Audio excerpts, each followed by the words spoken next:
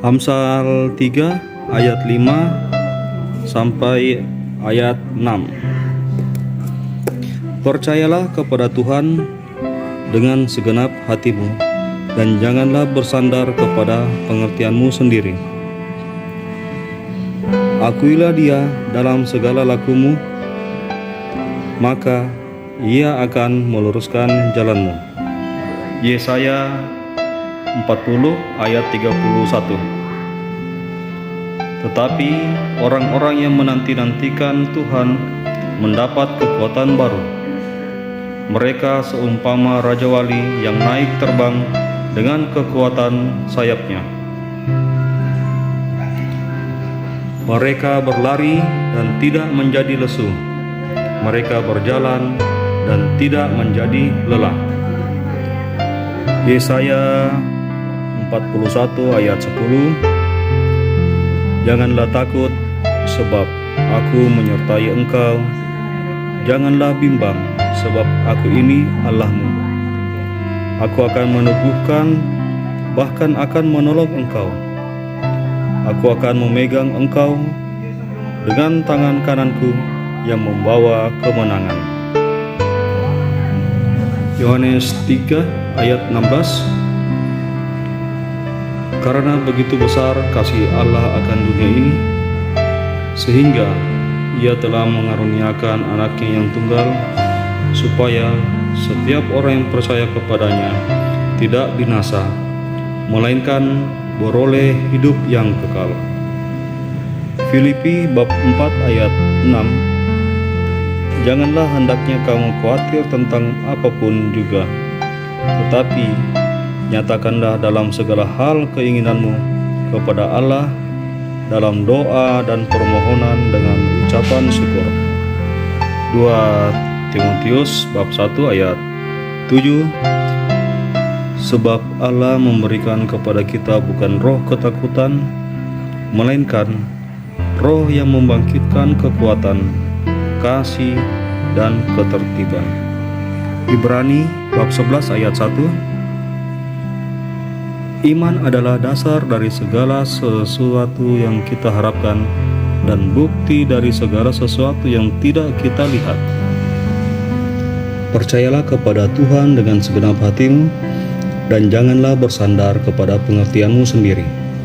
Amsal bab 3 ayat 5.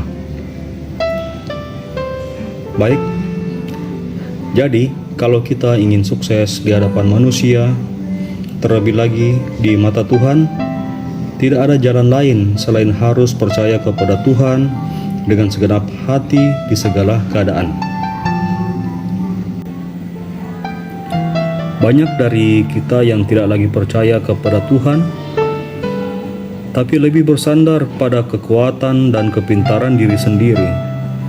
Padahal pikiran dan kekuatan manusia itu terbatas. Firman Tuhan mengajarkan supaya kita tetap mengandalkan Tuhan. Jangan bersandar kepada pengertian sendiri, tetapi biarlah kita bersandar kepada firman Tuhan. Jika saat ini kita berhasil dalam segala bidang, bahkan memiliki harta yang melimpah, biarlah kita sadar dan mengakui semua itu datangnya dari Tuhan, bukan karena kuat dan gagah kita. Percaya kepada Tuhan berarti membawa segala sesuatu kepadanya dalam doa. Tuhan berkata, "Mintalah, maka akan diberikan kepadamu. Carilah, maka kamu akan mendapat. Ketoklah, maka pintu akan dibukakan bagimu." Matius bab 7 ayat 7. Jadi, tidak ada pilihan selain percaya saja kepada Tuhan, karena bagi Tuhan tidak ada perkara yang mustahil. Amin. Oleh karena itu aku ingin supaya di mana-mana orang laki-laki berdoa dengan menadahkan tangan yang suci, tanpa marah dan tanpa perselisihan.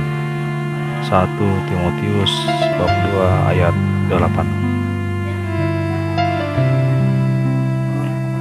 Berdoa seharusnya menenangkan dan mendatangkan kedamaian dalam hati seseorang. Namun seringkali kita tidak mendapatkan ketenangan. Seringkali kita menghadap Tuhan dengan sakit hati atau masih dikuasai oleh amarah.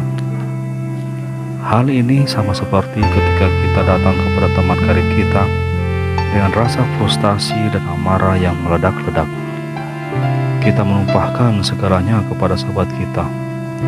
Ia mungkin tidak akan mengatakan apa-apa karena ia melihat kita terlalu dikendalikan perasaan, sehingga tidak ada kesempatan baginya untuk memberikan pendapat atau saran. Begitu juga dengan Tuhan. Itulah sebabnya kita tidak boleh datang berdoa kepada Tuhan dengan sakit hati dan amarah, atau ketika kita masih menggerutu dengan semua keadaan yang menimpa kita.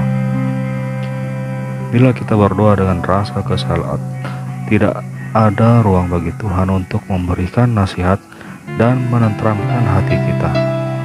Itulah sebabnya kenapa firman Tuhan mengatakan bahwa kita harus berdamai dengan musuh-musuh kita. Kesadaran kita harus jernih sebelum menghadap Tuhan. Amin.